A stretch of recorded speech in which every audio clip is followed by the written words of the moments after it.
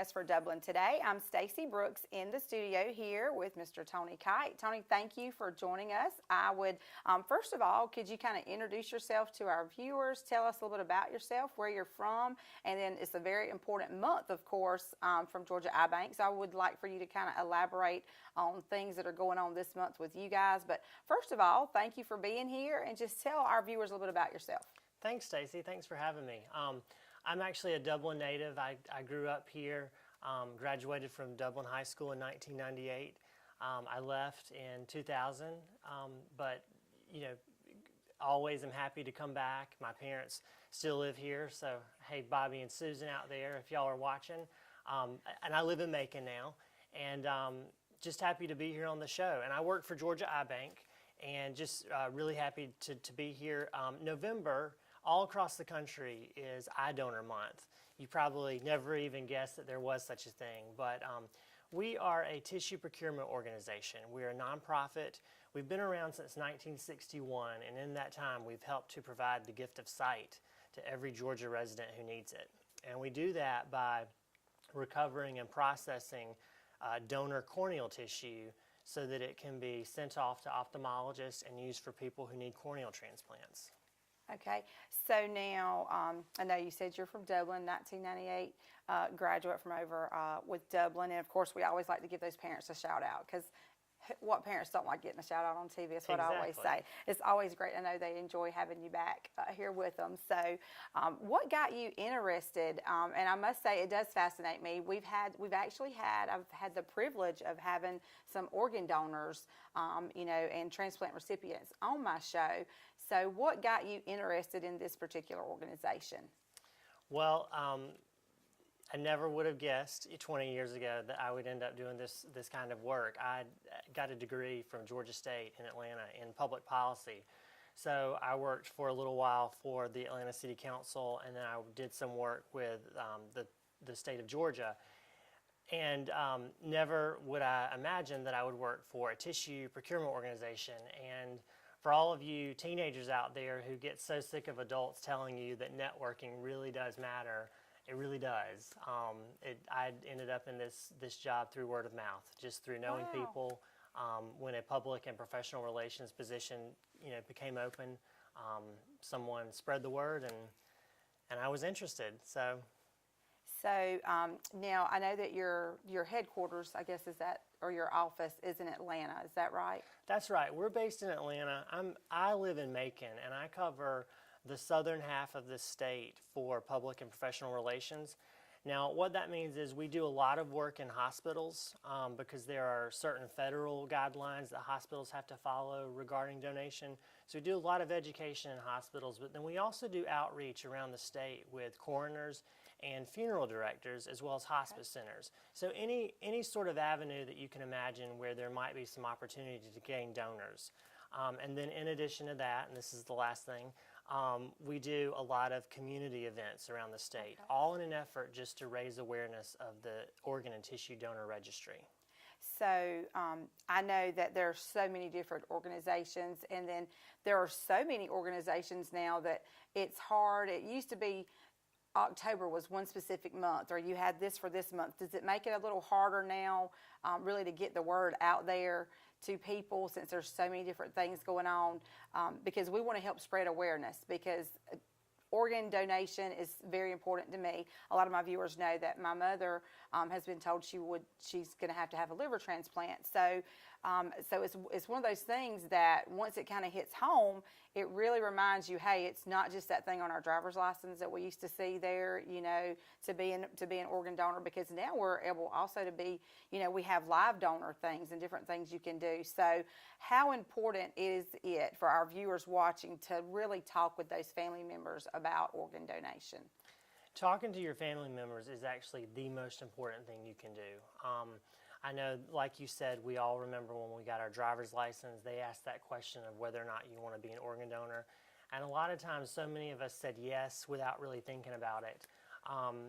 But the fact is, when someone passes away, and as much as none of us want to think about that, but it will happen to all of us. And when that does happen, the folks who work with Georgia iBank, as well as an organization called LifeLink of Georgia, and LifeLink of Georgia deals mostly with organ and tissue donation, but we work really closely with them, although we're a separate organization. But when the folks from those two organizations get referrals on these recent deaths, whether someone is a registered donor or not, we're always going to have a long conversation with the family. And we have to do that to complete like a medical and social history interview sort of thing. But we also want to get the family's approval on that. We want everybody to be okay with it. And whether we're just trying to honor somebody's wishes of carrying out, actually being a registered donor, or if we're just trying to present that option to a family who maybe their loved one wasn't a registered donor. Either way, we're doing it. But the number one thing that you can do is always tell your family. Even if you never sign up on the donor registry, if you tell your family and they know, then that's the best thing you can do. Because it's one of those things that we don't like to think about, especially I think moms is a little different for them. We don't ever want to think about that, but I always try to encourage our viewers how important it is to stay involved, have that open line of communication with your family so that they don't have to make that decision. I think is one of the most important things. They don't feel like it's them making it. They know that they're honoring your wishes. Exactly. So it makes a big difference. And to not have to question that and wonder how you would have felt about it if they can just know with certainty that that's what you wanted. So now, about how many people, I'm sure maybe it fluctuates, but is there sort of a golden number on that registry that you always want to have? Does that kind of fluctuate in terms of numbers on how many people are actually on your registry for our area? Well, it just kind of fluctuates, as the population grows and decreases. All I can say is we aim for as many as possible. There are just so many people on waiting lists for organ and tissue transplants, which are life-saving types of operations. But then, in addition, we work mainly with corneal transplants, which is more of a life-saving type of thing. But there are so many people out there receiving corneal transplants. There were over 2,200 corneal transplants in Georgia last year. Wow. And all across the state, there's approximately 80,000 per year. Oh my goodness. And the number just seems to continue to grow. So that's amazing. That number, I mean, so 2,200 just in Georgia. I heard that right. Just in Georgia. Wow. So now, because basically, if I'm assuming this is kind of new to me too, but you're giving them the gift of sight. Is that right? What you're doing? Right. So a lot of times somebody might be born with some sort of hereditary disease, or sometime in their life they might have some kind of infection or injury, and those are the folks who need a corneal transplant. And the cornea is right at the front of the eye. It's the main focusing element. It's about the size of a contact lens. And if it becomes cloudy from disease or infection, somebody's vision is dramatically reduced. And it's just, to get a corneal transplant is actually a lot more simple than you think, but it truly is life-changing. It's been great in my line of work just to hear stories from people, to talk about the difference between before and after. So. Well, we're going to come back in just a moment. I want to hear about some of those stories, and we're going to take a quick commercial break. We'll be right back. Hi, I'm Camille Cutnose, here to invite you to put our team at Community Bank to work for you. Teamwork is vital in sports, at work, at home, and community. That's why we've worked so hard to establish a winning team of customer service and lending professionals. When you call on Community Bank, we stand ready to help. There are other banks, but there's only one Community Bank. So come see us and let us put our team to work for you. Community Bank of Dublin, Lawrence County. Common sense banking never goes out of style.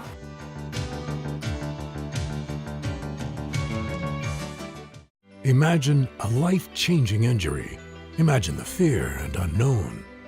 The Houston Clinic Sports Medicine Team, the only physicians in the area with advanced certification in orthopedic sports medicine, treats sports injuries with innovative techniques.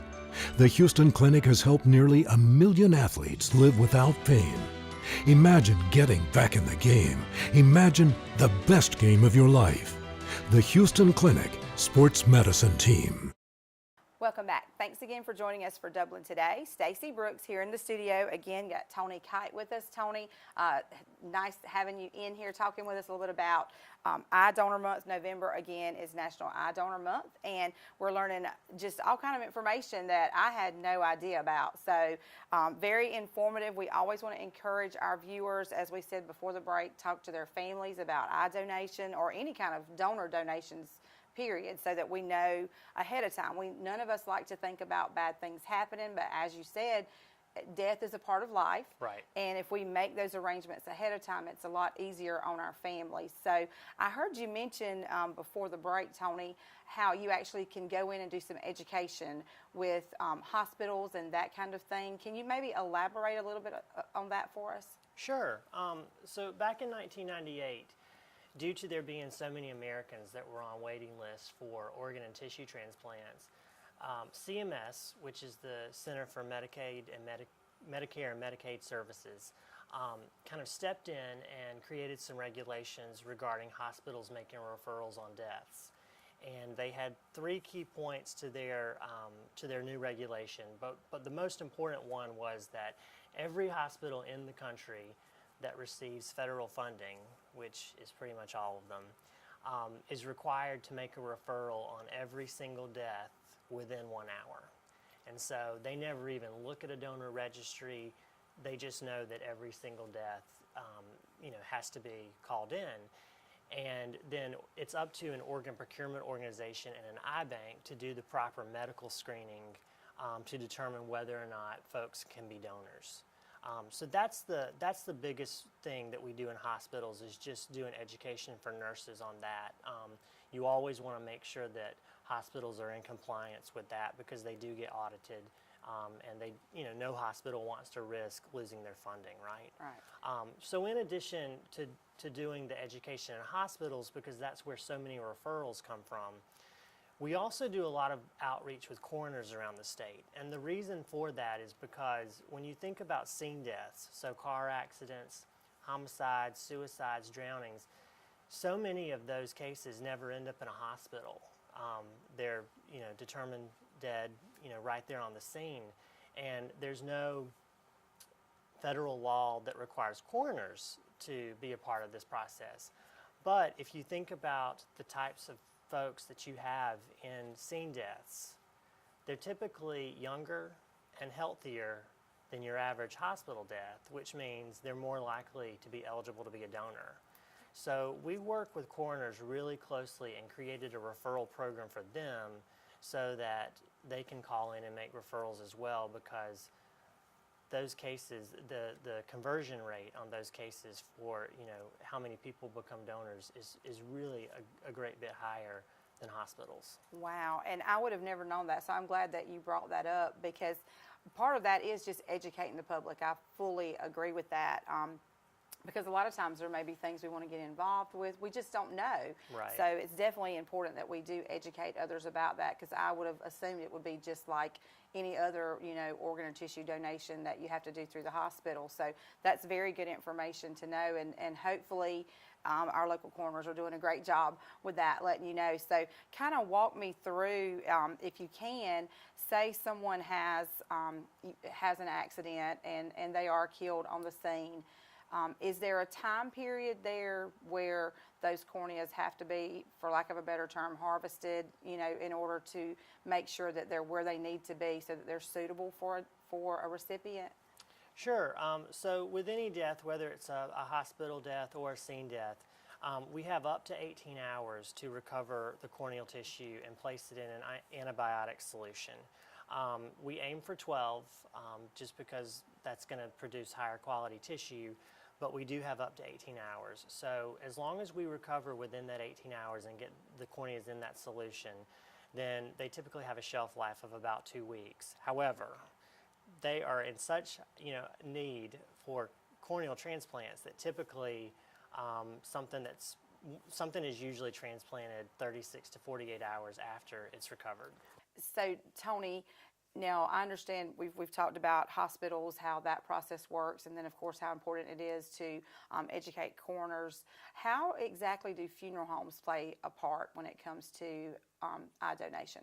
Okay, well, the biggest part that they play that is extremely helpful to us is that we do a number of recoveries around the state in funeral facilities. So it's so often that before the hospital finishes the whole process with going through medical screening and things like that, they might go ahead and call a funeral home, and a funeral home goes ahead and picks up the body and takes it to their facility. So we are usually in touch with them quite a bit and ask for their cooperation and just holding off on their process so that we can do our recovery before they start the embalming process. And I just want to give a shout out to particularly the main funeral homes here in Dublin, but all across the state. There are just a lot of great funeral homes that work with us. In addition to that, though, a lot of funeral homes have pre-planning conversations with clients, and that is something that's a time when you can actually talk about donation then.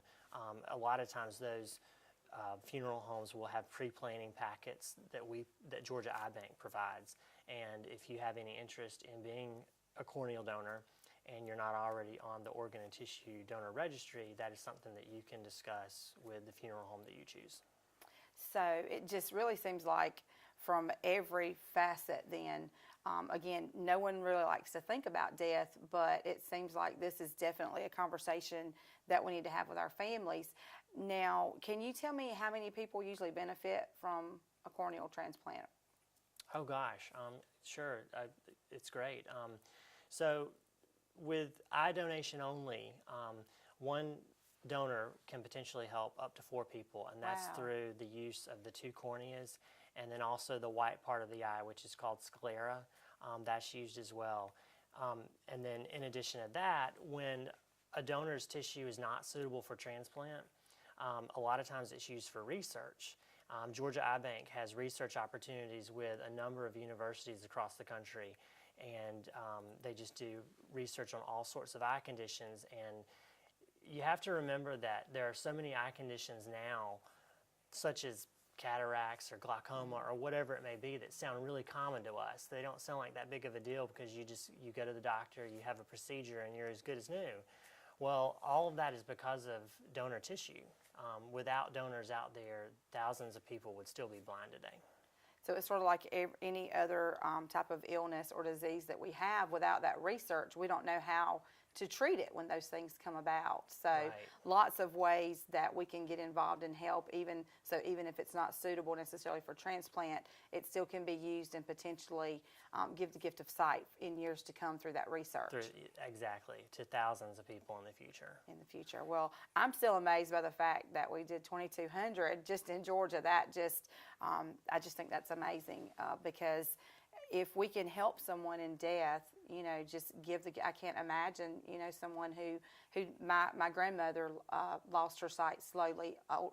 She was, once she was older, and there was no cure. She had a sort of almost like a degenerative eye disease, which was very rare. But I remember how hard it was for her just to do basic things. So when you see someone go through that, and then to know that they have a potential to regain that, or have a mother who can potentially see her children, that is pretty amazing to me. So lots of ways that our viewers can get involved. When we come back in just a moment, we're going to elaborate a little bit more on some of those other organizations that work with you guys, and maybe have you share some personal experiences with us. And we're going to take a quick commercial break, and we'll be right back. The City of Dublin's Natural Gas Department is offering a $1,000 rebate on the purchase of a natural gas, stove, furnace and tank or tankless water heater for new construction homes, or if you're remodeling your home. Individual rebates include natural gas tankless, up to $400 rebate and free gas service installation. Natural gas tank, free 40-gallon or $200 rebate on other sizes, free gas service installation. Natural gas furnace, $200 rebate. Natural gas stove, $100 rebate. Natural gas dryer, $100 rebate. Natural gas grill, $100 rebate. Natural gas logs, $100 rebate. Maximum yearly rebate? No maximum. Save now. Save later. Call the City of Dublin Natural Gas at 277-5048. For expert computer repair service, count on Hometown Supply. Repairs on desktops, laptops, iPads, and more.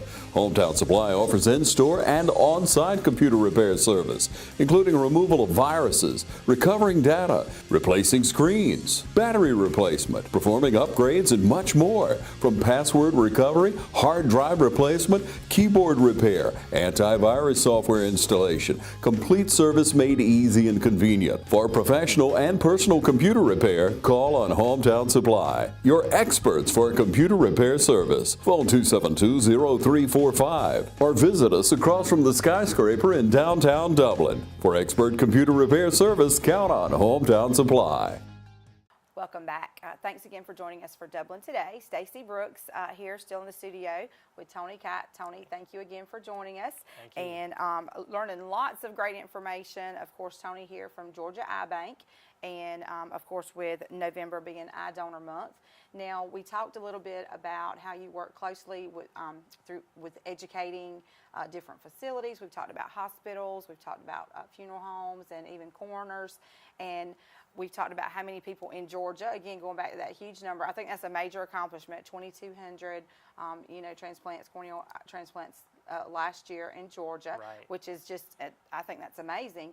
Now, about how many people benefit from that organ and tissue donation on average, do you think? So through organ and tissue donation, one donor can help. Let's see, through organs alone, one donor can help 9 recipients. Wow. And that's through donation of the heart, 2 lungs, 2 kidneys, the pancreas, small intestines, and then the liver, which some surgeons actually split and is used for 2. Now through tissue donation, the number is just really up there. I want to say it's 70 or more people Wow. can benefit from one donor, and that's through donation of, gosh, skin, bone, heart valves, ligaments, tendons, you name it. So Yeah, it's pretty amazing, isn't it? It really When you think is. about in our, especially when it's the loved one, you don't think about it right then, but in one of our darkest times, how many people we really have the potential of helping, or how many people our loved ones have the potential of helping. And I actually, our family knew a family, this has been several years ago, whose small child was blind.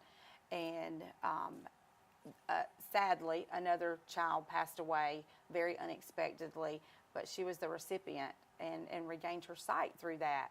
So that's one reason I always encourage. I don't know if you're familiar. We've had several here just in Lawrence County alone who Right. have been, who have been recipients and who are also donors. So I think it's so very important, and I always want to bring awareness, use that platform to bring awareness to how important it really is and how it can be life-changing.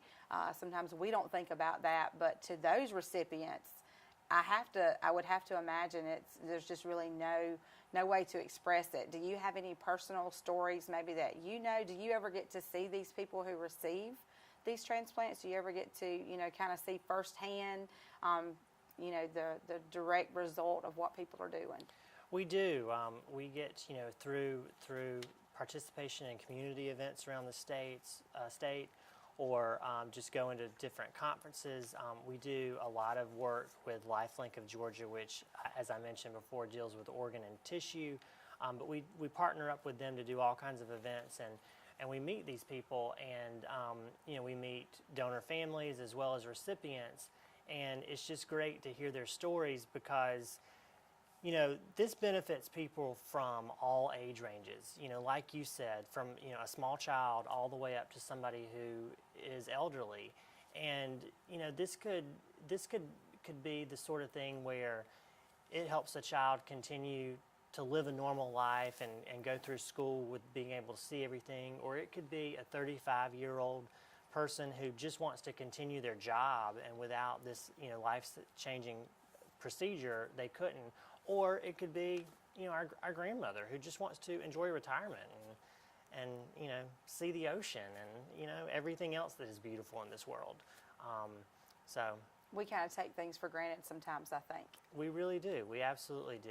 And some of the most touching moments that I've experienced just in this job are at events where you meet recipients and donor families, and they meet one another, and they tell their stories, and it's really touching. There's some sadness to it, and there's just also a lot of happiness about it. And in talking to families who have gone through such a horrible event in their life, it is amazing how many of us out there truly do want that one little positive, to grasp to know that our loved one who we lost, did something to kind of live on through other people, or did something to change somebody else's life. I would definitely think that's one of the things that would bring comfort in the long Absolutely. term, that could really bring you comfort, knowing that your loved one helped save another life, or I can't personally imagine, being able to give somebody the gift of sight, because that is just one of those things that it's hard to describe if you've never been around someone, especially someone who had their sight and has lost it. Right. And then to be able to gift them with that gift of their sight, I would have to think is pretty phenomenal. Absolutely. And at Georgia Eye Bank, we send out a certain kind of packet that goes to every corneal recipient, as well as every donor family. And that packet includes all kinds of information, that being about Georgia Eye Bank and volunteer opportunities. But one of the most important pieces of it, in my opinion, is that it gives them the opportunity to communicate with whether they're a recipient and they want to talk to their donor family, or vice versa. Those are conversations that Georgia Eye Bank facilitates. You can, if you're a corneal recipient and you want to write to the family of your donor, you can write a letter, and it's anonymous, and it goes through Georgia Eye Bank first, but we facilitate that so that folks can get in touch. And so many people want to thank their donor family because it truly has changed their life. I would think so, for sure. Now, again, is there a way that if someone would like to become a donor, is there a way they can notify you guys ahead of time, or is that a process that it's best just to let their family know? How exactly does that work? Well, again, the best way that you can become a donor is to let your family and loved ones know, first and foremost. But there is a way that you can be on the donor registry, and if you haven't already done that by checking yes to that question when you got your driver's license, you can visit a website called www.donatelifegeorgia.org, and you can go there and become a registered donor. And I just want to kind of say to everybody that if you have an interest in being a donor, just go to that website and become a registered donor. So many of us tend to think of our illnesses or ailments or our poor eyesight or whatever, and we rule ourselves out. And don't do that. Don't rule yourselves out. If you have an interest in being a donor, become a registered donor, and when the time comes, let medical professionals do the proper screening, and you never know what might be of use to somebody else. I jokingly tell our viewers and my children at home that I had pretty good eyesight. I had to wear contacts. And then when I turned 42, for some reason this year, I had to have reading glasses out of the blue. So that doesn't necessarily mean I wouldn't be a candidate then. So if somebody thinks just because they have to wear glasses or contacts, that doesn't necessarily mean they wouldn't be a possible candidate for eye donation. Absolutely not. So Think that's about good to know. think about the folks out there who can't see, and if they get a cornea transplant and still have to wear glasses, that's better than not seeing, right? Better than not seeing. I think that's great. So anything else you want to let our viewers know maybe before we go? Any keynotes or anything, or maybe any organizations? Is there a phone number we could give them, or a website they could go to? If you'll give that website again, where they could actually go online and register? Sure. That's donatelifegeorgia.org, and that's everything spelled out, Georgia spelled out there. I encourage everybody to visit that website and become a registered donor if you're not already one. Well, we definitely appreciate you stopping in with us today and sharing all this information I didn't know. So I always love it when I learn new things, and I feel like we can pass that information on to our viewers. So appreciate you stopping in. Appreciate what you're doing. It's such an important role. Again, giving the gift of sight and organ and tissue donation is so very important. So appreciate you stopping in and letting us know some things that we can do to get involved, because it's definitely been a great day in Dublin today.